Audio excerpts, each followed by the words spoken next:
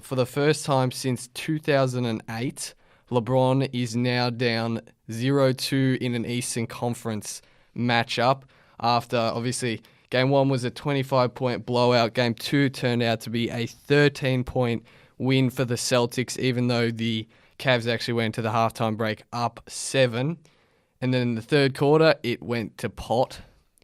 This is Golden State Warrior-esque. Yeah. Third quarter. Yep. This is, obviously, as we said, the biggest hole LeBron's faced in the Eastern Conference to climb out of in a long time. And actually, that one in 2008, I'm pretty sure, was against the Celtics. So back when they had Ray, Pierce, and, of course, Garnett. But is this a hole that LeBron can climb out of, or is this it? This is it. This is it? I mean, you never count out LeBron. No. And we've said that so many times in this podcast when we said he wasn't going to get to the conference finals. Yeah. Never count out LeBron. Yep. But he had a 40-point triple-double today, and they couldn't win. 42, 10, and 12. 6 turnovers as well, that's something he struggled with last game. Last game he had 7 turnovers, so that's already 13. He had 8 turnovers in the entire Toronto series. Ooh. So already in 2 games, he's Marcus plus Morris 5. Effect. Yeah, well, he did come out and say that he's probably the best guy to defend LeBron outside of Kawhi. And to his credit, he's done a decent job. Now, obviously, LeBron went off, particularly in the first quarter of Game 2 and the first half. He slowed down a bit, especially in that last half. Just not...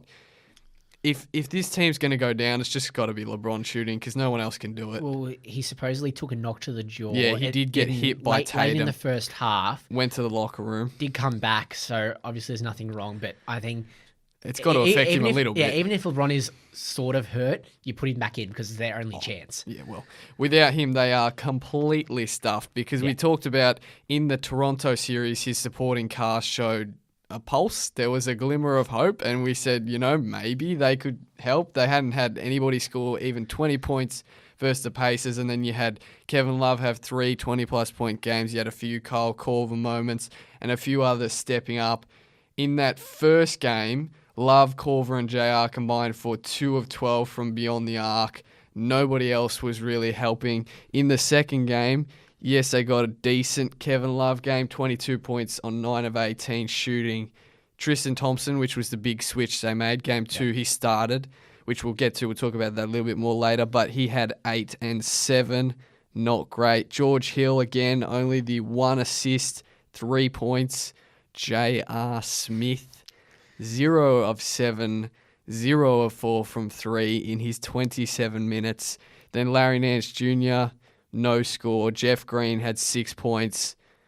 And then Kyle Korver, 11. But as we mentioned off air, he had those 11 early. Then couldn't hit anything. And in the second half, most of his shots were borderline impossible for anybody except Kyle Korver 3-pointers with Marcus Smart hand in your face, which is what we're going to get to now, the hand in the face and the defense. Yes, the Cavs have LeBron, but the Celtics have the best defense in the league, and the Cavaliers have not statistically the worst, it's the third worst. Yeah. So it might as well be the worst in this case. They're atrocious. There's no other word for the Cavs defense. It's ridiculous. And it's not a fact that LeBron defends the best player and shuts them down and then they don't have another option.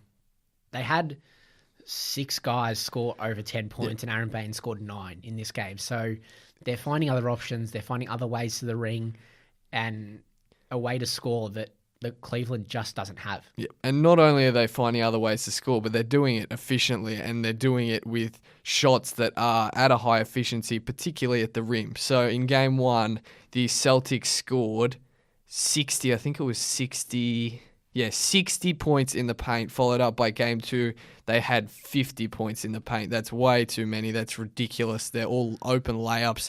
And then as well, the 3 balls, the amount of times that Boston gets penetration inside, kick, swing, and you've got a wide open 3-pointer. Transfer that to the other side of the court when the Celtics come back on defense, and they're incredible. Yeah. They are just flat out incredible. They have been built in a way where they can switch everyone. There's no such thing as a mismatch. Really, Terry Rozier is the only one that they can kind of exploit, and that's only because of his size. And he still fights like hell. And on top of that, I know in game 1 in particular, they did this so many times where they'd get him, they spend so much of the shot clock, this is the Cavs, trying to get the switch. They get Kevin Love on Terry Rozier down low, and then on the entry pass, the Celtics switch. Yeah. And all of a sudden he turns around and he's got Jaylen Brown on him, and that's, you've mismatch gone, you've wasted 20 seconds, you get a bad shot. So they're so good, and the leader of that is Marcus Smart. He's incredible. If you saw his defensive effort in that game too, it's nuts. The amount of times he makes winning plays that nobody else can do is just insane. Yeah, he had 4 steals in this game, and this is off the topic of this final series. I really hope he stays in Boston this season. A team is going to offer him a huge contract, but we've already seen when players leave. Yeah, he especially fits this system. with this system that Brad Stevens has put up and given him the best chance to be the best player he can be. Yep. I know it's going to be very tempting to chase the money that he's going to get, but he almost just needs to stay at the Celtics just for his career and to win. I don't think he's going to win anywhere else. And I would be genuinely concerned of the Avery Bradley effect if he leaves, because we saw this with Bradley. Looked like at one stage he was considered probably the second best two-way guard with Clay. Yeah. And now nobody would even want him, and he's on the backside of the Clippers rotation, which is not a backside of a rotation you want to be on. But moving on as well, we talked about it before the playoffs when we did our keys and locks, and we said, actually you said, that the only way the Celtics could make an impact is if Jaylen Brown and Jason Tatum played like they were 10-year veterans. Vets. And these two 20 and 21-year-olds have flat out played out of their skin for the entire series. Yeah. And on top of that, they're up 2-0, and Tatum actually has been good. He's had his moments, especially in game 1 and in game 2, some incredible threes. His ability to pull up off the dribble with a defender in his face is just nuts. But Tatum in game 1 had the 16 points, and then in game 2 he had 11.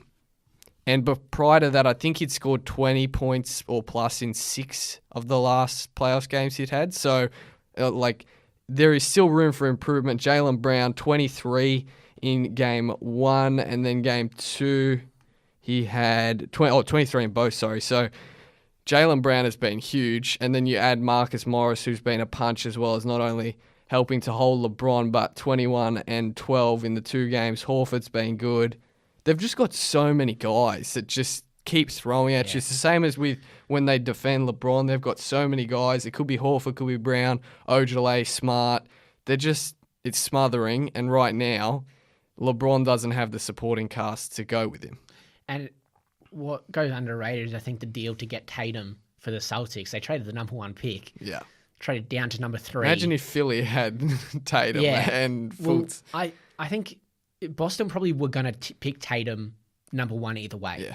Well, if they didn't make a trade, he was going to go number 1. Yeah. But they saw the possibility to get an extra first round pick, which unlucky they didn't get this year with the lottery, but they will get in 2019. So it's amazing to see the foresight from all the higher ups at Boston just to make that move. And Danny Ainge is a genius. Oh yeah. And not just for this season, but for where they've set them up for the future with the assets they still have. He's a flat-out genius. Where do the Cavs go from here? Because obviously down 0-2, some people will probably... I guarantee you that in the betting lines, the Celtics will only be marginal favourites to win the series, even though they're up 2-0, because the Cavs have LeBron. Yeah, the LeBron effect. The LeBron effect. But can they... right now, this felt a lot like the Pacers series, where game 1, they came out and smacked him in the mouth, and then game 2, LeBron comes out and goes, I'm still LeBron, which he did to an extent. Obviously, he cooled off a bit towards the end, but he still had 42-point triple-double, for crying out loud. Yeah. But against the Pacers, that was enough to get a win. Against the Celtics, it's not enough to get a win, especially in factoring that the Celtics in the clutch and their execution is insanely good. We saw it against Philly, and we've seen it now against the Cavs. The Pacers shot themselves in the foot with that, probably should have won that series, and now they're up against a team that's not going to shoot themselves in the foot. What can they add? Is there anything they can actually do? I don't see it. No, I don't either. And I don't think Ty Lue is a good enough coach to make it happen. Nope. So there's like we would have seen if Boston had been in this hole. Brad Stevens finds a way to would have done something, make a move, do something different. And Ty Lue's move was okay. I'll put Tristan Thompson into the game, and that hasn't worked. No effect. Obviously, the point of that substitution, which a lot of people were calling to after game one, was the effect that it brings Baines out onto the court and has Horford at the 4, whether Boston seems to be at their best when Horford's at the 5. But, I mean, as we talked about, Tristan Thompson had 8 and 7, got into drawing matches with Marcus Morris for most of the game, and Baines really didn't lower his colours. He came in and played 17 minutes, which was actually less than he played in game one anyway. So, and Horford was great as well. So that really didn't work, didn't have the effect that Ty Lue was looking for. And game one, they were horrific shooting-wise. If you just look at the 3-point percentage, they were 4 of 26, which is atrocious. And everyone said you can't shoot that bad again. Well, they didn't. They didn't shoot quite as bad. They finished 10 of 31 in game 2, which is up to 32%. But people just underrate that it's not so much that the guys are missing open shots, it's the fact that the Celtics defense is so good. Yeah. And they get out and they contest. If you looked at Korver's shots in that second half, the threes he had today, they were all ridiculously tough shots. Even some of LeBron's threes were from way behind the line. And if he knocks them down, fine. But the Celtics are okay with that. If he's settling for a 30-footer, they don't care. No. That's exactly what they want him to do. So I really don't see... I just don't see how they get out of this hole unless LeBron just goes supernova. Oh, it's not even close, and it's scary with this Boston team because we've said it time and time again on this podcast. This isn't their year. Not even close. This isn't their year, and they're going to make. Yeah. Well, I'm going to say they're going to make the NBA Finals. Yeah. Right now, they are looking like dead set sure bets to make it. Considering this is a team that many people probably picked Milwaukee to beat them in the first round. Yeah, I think that was the one upset that I think everyone had picked. Yeah. In terms of the lower seed being the higher seed, and they've not just beaten that team. I reckon they've got better. It took 7 games to beat Milwaukee, and then they went and crushed Philly in 5, and now they're up 2-0 against the best player of the generation. Admittedly, his supporting cast is rubbish, but it's still LeBron James, and this is a team last year. Who has been able to beat a LeBron team? Nobody, literally. So it's impressive. At the same time, are you ready for a Celtics Warriors? Let's just say it's Celtics Warriors. I'm not writing off the Rockets yet, but are you ready for a Celtics Warriors final? Because as good as Brad Stevens is, as good as his Celtics team is, that's going to be a sweep, in my opinion, because they just don't have the firepower. I'll tell you what I'm ready for. Okay. A Boston-Houston NBA Finals matchup. Oh, my gosh. Someone's still on the Houston bandwagon. I'll forever be on the Houston bandwagon until they're eliminated. All right. But it doesn't matter what Western Conference team they come up against. It's going to be so tough for Boston to beat them after grueling first-round matchup with Milwaukee and then having to come up against... Philly had so much firepower and so many weapons, and then to beat LeBron is a momentous task. Doesn't matter if you sweep, doesn't matter if you're doing it in 7 games. It's tough to beat him, and then they're going to have to back up and face one of the 2 best teams in the NBA. Yeah, if they took a game off the Warriors, which I believe are going to be there in the finals, I'll be impressed. Which, look, as I said, it wouldn't be if they make it. Well, it doesn't even matter if they lose now, go on and lose the next 4 games, and they lose 4-2 to the Cavs. It is a ridiculously good season. Oh yeah. If they go to the finals and get swept, I don't care if they get blown out by 30 points each game. It's a ridiculously good season, and it's only onwards and upwards. But it will be a slightly anticlimactic finish if we don't get a competitive finals, but at the moment it's looking like we're probably not either way because this, as good as LeBron is, this Cavs defense against the Warriors or Houston is going to get annihilated. Yeah, and I'll just throw one last thing about the Celtics, and this is stats are made to be broken. Yep. But the Celtics are 37-0 when 2-0 up in a 7-game series. Up. Yep.